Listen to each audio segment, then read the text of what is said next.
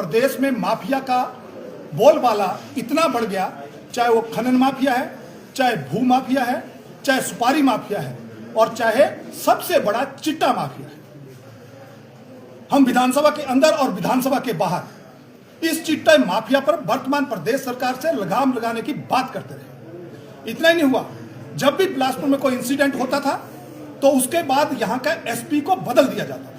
यही कारण है कि बिलासपुर जैसे छोटे डिस्ट्रिक्ट में 4 एसपी बदले गए, और उसके बाद रेलवे में जहां बजरी तोली जाती है, जहां रेता तोला जाता है, वहां झगड़ा होता है।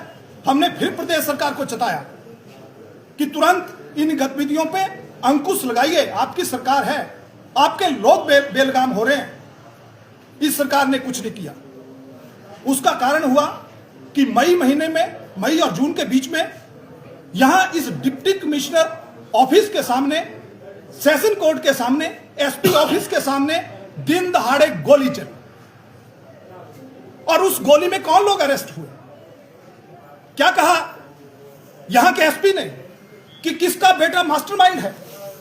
वो सारा चिट्टा, वो सारा खनन माफिया, वो इस तरीके से हावी हो गया कि उसका कारण हुआ कि पिछले कल इस बिलासपुर में दिन दहाड़े घर में पहुंचकर अगर सम्मानीय पूर्व विधायक सुरक्षित नहीं है तो मेरे बिलासपुर की जनता कैसे सुरक्षित होगी? इंसिडेंट दुर्भाग्यपूर्ण है। हम इसकी, भारतीय जनता पार्टी इसकी पूरी निंदा करती है, और भारतीय जनता पार्टी ये मांग करती है कि जो भी इसमें संलिप्त हैं तुरंत दोषियों को अरेस्ट किया जाना चाहिए और कानून के अनुसार उनके खिलाफ कड़ी से कड़ी कार्रवाई करनी चाहिए।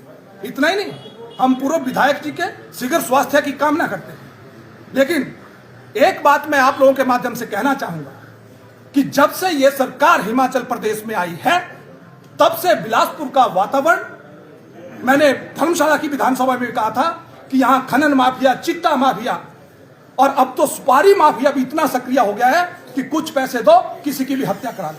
हम कभी बिहार में सुनते थे, हम कभी उत्तर प्रदेश में सुनते थे। कल मैं सीसीटीवी की फुटेज देख रहा था, दिन दहाड़े 2 नौजवान घर में आकर, घर में घुसकर गोली मार रहे हैं। अगर हमारी सुरक्षा छोड़ दीजिए, कांग्रेस सरकार अपने नेताओं की रक्षा नहीं कर पा रही है।